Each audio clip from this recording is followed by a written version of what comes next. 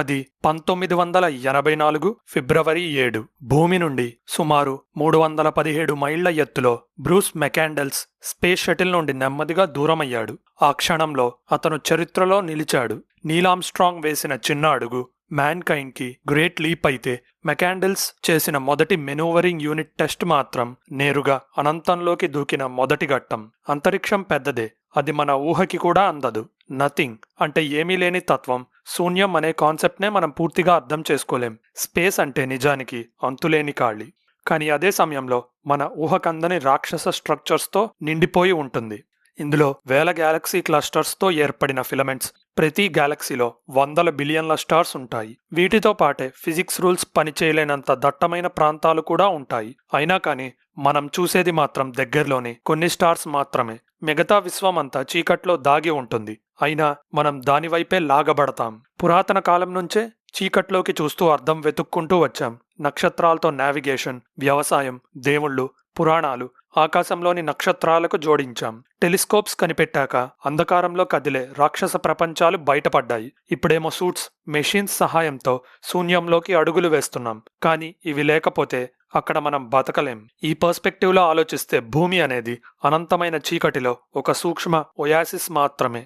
ఆస్ట్రోఫోబియా అంటే స్పేస్ లేదా అంతరిక్ష వస్తువుల పట్ల భయం. గ్రీక్ భాషలో ఆస్ట్రాన్ అంటే స్టార్, ఫోబోస్ అంటే భయం. టెక్నికల్గా అయితే ఆస్ట్రోఫోబియా అంటే స్టార్స్ పట్ల భయం. చీకటి ఆకాశం చూసిన సిటీ వాళ్ళకి ఆకాశం అంటే టెన్షన్ అనిపించొచ్చు, అదే ఆస్ట్రోఫోబియా. వీళ్ళకి ఆస్ట్రాలజీ అన్నా, సౌర తుఫానులన్నా, పౌర్ణమి చంద్రుడైనా, ఆకాశంలో తోకచుక్కలు చూసినా ఒకటే భయం. కానీ ఇంకో రకం భయం ఉంది, అదే కాస్మిక్ ఎగ్జిస్టెన్షియల్ ఫియర్. ఏమీ లేని రాత్రి ఆకాశం అంధకారంలోకి చూస్తే వీళ్ళకి కళ్ళు తిరుగుతున్నట్టు అనిపిస్తుంది. మేబీ ఒక నిశ్శబ్ద అంధకారంలోకి పడిపోతున్న భావన కలిగి ఇలా అనిపిస్తుందేమో. అయితే అంతరిక్షంలో మనల్ని స్టేబుల్గా ఉంచే శక్తి గ్రావిటీ మాత్రమే. అంతరిక్షంలో నిజంగా పైన కింద ఉండవు. ఈ టాపిక్ మీద డీటెయిల్గా ఒక వీడియో చేసా, లింక్ ఎండింగ్లో ఉంటుంది, చూడడం మర్చిపోకండి. మనల్ని ఆ అంతులేని ఖాళీలోకి పడిపోకుండా ఆపేది ఒక కనిపించని ఫోర్స్, అదే గ్రావిటీ. నిజం చెప్పాలంటే దాన్ని మనం ఇప్పటికీ పూర్తిగా అర్థం చేసుకోలేకపోయాం. భూమి సర్ఫేస్ నుండి ఈ అనంత శూన్యంలోకి ఏ దిశలోనైనా కేవలం 8 కిలోమీటర్లు దాటిన తర్వాత ఇక మనం బతకలేం. అంతే, ఊపిరి ఆగిపోతుంది. ఇది 1 గంటలో నడిచేంత దూరం. ఆ 8 కిలోమీటర్ల తర్వాతున్న ప్రతిదీ మనల్ని ఇట్టే అంతం చేయగలదు. నిజమైన అంతరిక్ష భయం అంటే ఇదే. మనమున్నది ఒక చిన్న గ్రహం మీద. దాని సర్ఫేస్ మీద 71% నీరు ఉంటే మిగిలిన 29% మాత్రమే నేల కనబడుతుంది. ఆ నేలలో కూడా మనం కేవలం 43% మాత్రమే బతకడానికి అనువుగా ఉంటుంది. మిగతావన్నీ భరించలేని వేడి, చలి, సూర్యకాంతి కూడా పడని అడవులతో నిండిపోయి ఉన్నాయి. చివరికి భూమి కూడా మిమ్మల్ని అనేక రకాలుగా అంతం చేయొచ్చు. నీరు తాగాక ఖతం టాటా చెప్పొచ్చు. అందులో మునిగిపోవచ్చు, కొండ మీద నుండి పడిపోవచ్చు, పిడుగు పడచ్చు, అగ్నిలో కాలిపోవచ్చు, సింహం, పులి, ఎలుగుబంటి తినేయొచ్చు. తెలియని పండు తిన్నా, పాము కాటేసినా, చివరికి తుమ్మినా, దగ్గినా భూమే గెలుస్తుంది. భూమిని గెలిచి ఇప్పటి వరకు ఎవరు నిలబడలేదు. అయినా కానీ మన సోలార్ సిస్టంలో మనం బతకగలిగే ఏకైక స్థలం ఇదే. మెర్క్యూరీ మీద 20 సెకండ్స్లోనే ఆక్సిజన్ లేక స్పృహ తప్పి పడిపోతాం.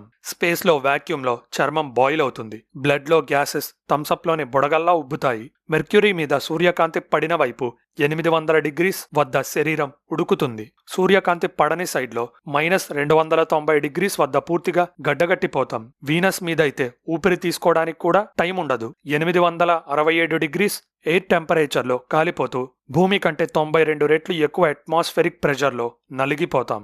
మార్స్ మీద రోజూ వేడిగా ఉన్న భూమిలో 1% ఎయిర్ ప్రెషర్, అసలు ఆక్సిజన్ లేకపోవడంతో కొద్దిసేపట్లోనే స్పృహ కోల్పోతాం. జూపిటర్కి సర్ఫేస్ లేదు. దట్టమైన వాతావరణంలో ఎప్పటికీ పడిపోతూనే ఉంటాం.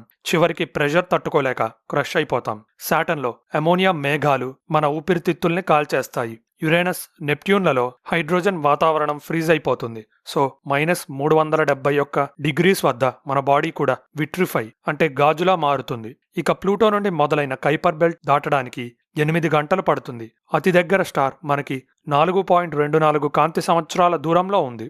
మన పూర్వీకులు సముద్రయానం కోసం నావిగేషన్కి ఉపయోగించిన పొలారిస్ స్టార్ 450 కాంతి సంవత్సరాల దూరంలో ఉంది. టెలిస్కోప్ లేకుండా మామూలుగా చూడగలిగే అతి దూరమైన స్టార్ V762 కెసియోపియా సుమారు 16,000 కాంతి సంవత్సరాల దూరంలో ఉంటుంది. మనం పాలపుంతని చూస్తే భూమి స్థానం సెంటర్కి, అంచుకి మధ్యలో ఉంటుంది. సెంటర్ నుండి అంచుకి వెళ్లాలంటే సుమారు 25,000 నుండి 28,000 కాంతి సంవత్సరాలు ప్రయాణించాలి. ఇలా చూస్తే పాలపుంత రేడియస్ సుమారు 50,000 కాంతి సంవత్సరాలు, మొత్తం డయామీటర్ దాదాపు 1,00,000 కాంతి సంవత్సరాలు. ఇవే మనకు అతిపెద్ద దూరాలు అనిపిస్తాయి, కానీ ఇవన్నీ గ్యాలక్సీస్ మధ్య దూరాల ముందు చిన్నవే. మనకు అతి దగ్గర గ్యాలక్సీ ఆండ్రోమెడా, అది 2.5 మిలియన్ కాంతి సంవత్సరాల దూరంలో ఉంది. మన పాలపుంత లోకల్ గ్రూప్ అనే గ్యాలక్సీ క్లస్టర్లో ఉంది. దాని సైజ్ సుమారు 10 మిలియన్ కాంతి సంవత్సరాలు. అది మళ్ళీ విర్గో సూపర్ క్లస్టర్లో భాగం. దాంట్లో 100 గ్యాలక్సీ క్లస్టర్స్, మొత్తం 10,000 గ్యాలక్సీస్ ఉంటాయి. దాని సైజ్ సుమారు 110 మిలియన్ కాంతి సంవత్సరాలు ఉంటుంది. ఇది ఇంకా పెద్ద స్ట్రక్చర్ అయిన లానియాకియా సూపర్ క్లస్టర్లో ఉంది. విర్గో సూపర్ క్లస్టర్తో పాటు హైడ్రా సెంటారస్ సూపర్ క్లస్టర్ కూడా ఇందులోనే ఉంటాయి. ఇవన్నీ కలిసి గ్రేట్ అట్రాక్టర్ వైపు లాగబడుతున్నాయి. లానియాకియా సైజ్ దాదాపు 500 కాంతి సంవత్సరాలు.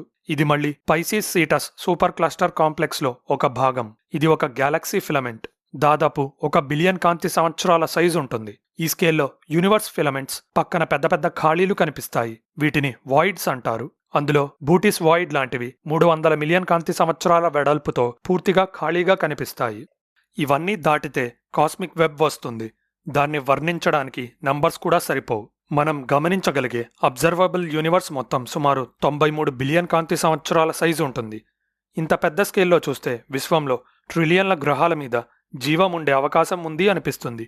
ఇక్కడే ఆర్థర్ సి క్లార్క్ మాట గుర్తొస్తుంది. Either we are alone or we are not, both are terrifying. అంటే విశ్వంలో ఇతర జీవాలు ఉన్నా లేక అసలు మనం మాత్రమే విశ్వంలో ఏకైక జీవమైన రెండు భయాన్ని పుట్టించే ఆలోచనలే. విశ్వం మొత్తం జీవం ఉంటే వాటిలో చెడ్డవి ఉండొచ్చు.